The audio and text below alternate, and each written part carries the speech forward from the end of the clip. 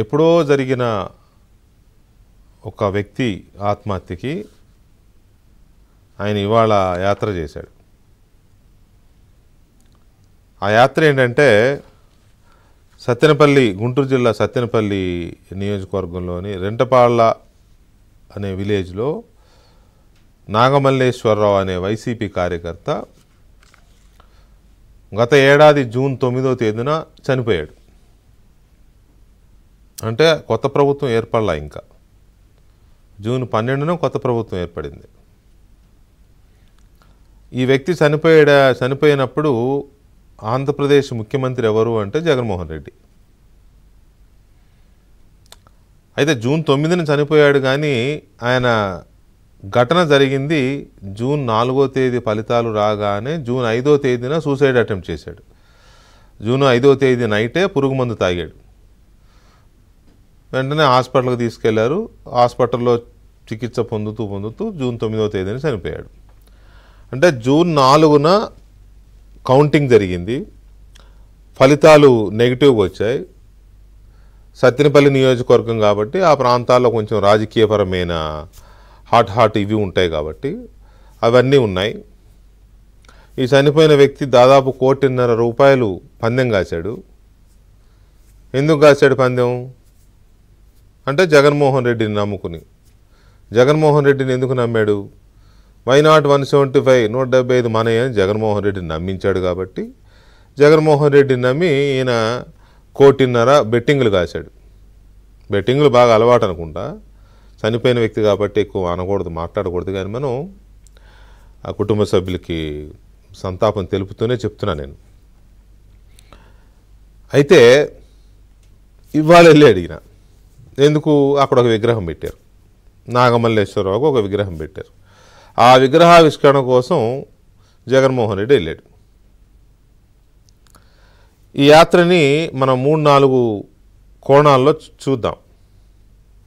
ఒకటి, తాను ముఖ్యమంత్రిగా ఉన్నప్పుడు తన పార్టీ కార్యకర్త బెట్టింగులేసి అప్పుల పాలైపోయి తన పార్టీ ఓడిపోతే, తనను నమ్మి అతను బెట్టింగులు కాసి తన పార్టీ ఓడిపోతే అతను సూసైడ్ చేసుకుంటే, తాను ముఖ్యమంత్రిగా ఉన్నప్పుడే అతను చనిపోతే, లేదు ఇది కొత్త ప్రభుత్వం చంద్రబాబు నాయుడు ప్రభుత్వం వేధింపుల వల్ల చనిపోయాడని ఒక తప్పుడు అబద్ధాల అపనిందలు వేస్తూ సత్తెనపల్లి వెళ్ళాడు.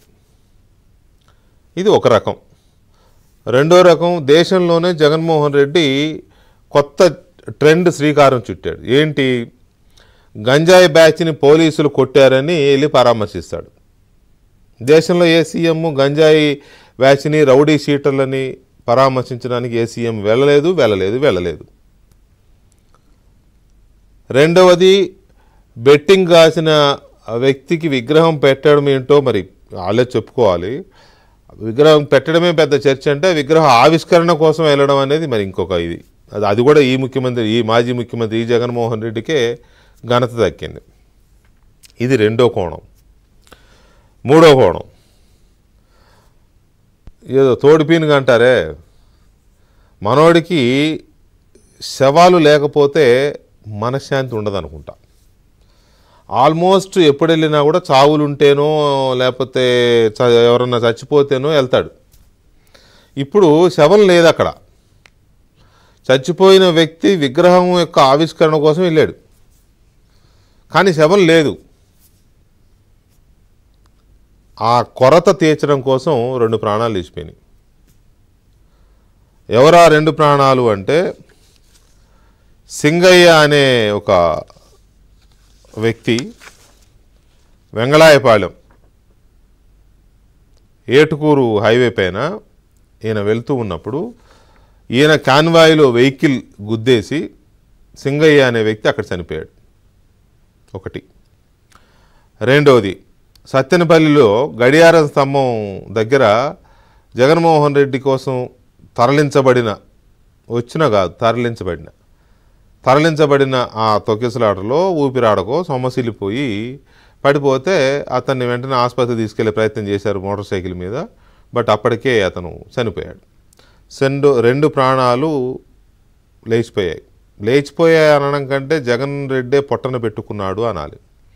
ఏంటి వెంకటకృష్ణ మరి అంత డైరెక్ట్గా ఎలా అనగలుగుతారు మీరు అని అంటే ఎస్, అక్కడున్న పరిస్థితులకు అనుగుణంగా ఎక్కువ మందిని అక్కడికి రాకుండా చేసుకోండి, ఒక 100 మందితో చేసుకోండి ప్రోగ్రామ్ అని పోలీసులు చెబితే వినకుండా చుట్టుపక్కల ప్రాంతాల నుంచి జనాన్ని తరలించారు. నాకు అర్థం కాక అడుగుతా, విగ్రహావిష్కరణ కోసం జన తరలింపు ఎక్కడైనా చూసాము మనం?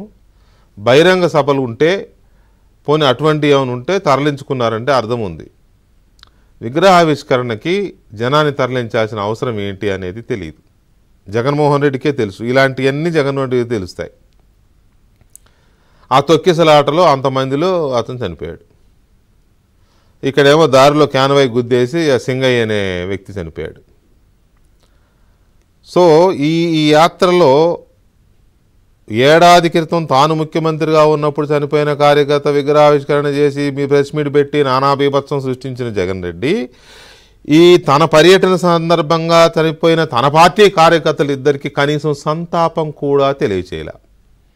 ఆ కుటుంబ సభ్యులకి సంతాపం తెలియజేయడం కానీ, అసలు మామూలుగా అయితే వెంటనే యాత్రని విగ్రహావిష్కరణ చేసేసి వెళ్ళి వాళ్ళ కుటుంబ సభ్యుల్ని పరామర్శించడం ఏదో చేయాలి వెంటనే. నో, అలా చేయలే.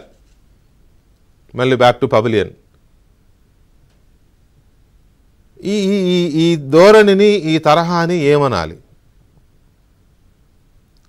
మాట్లాడు అబౌట్ నథింగ్ అన్నట్టు ఒక విగ్రహావిష్కరణకి వద్దయ్య బాబు ఒక 100 మందితో చేసుకోమని పోలీసులు పర్మిషన్ ఇస్తే 5 వాహనాల్లో వెళ్ళి అక్కడ పని ముగించుకుంటామని చెప్పిన వీళ్ళు పర్మిషన్ అడిగినప్పుడు మీరు అది చూడొచ్చు, ఎన్ని వాహనాలు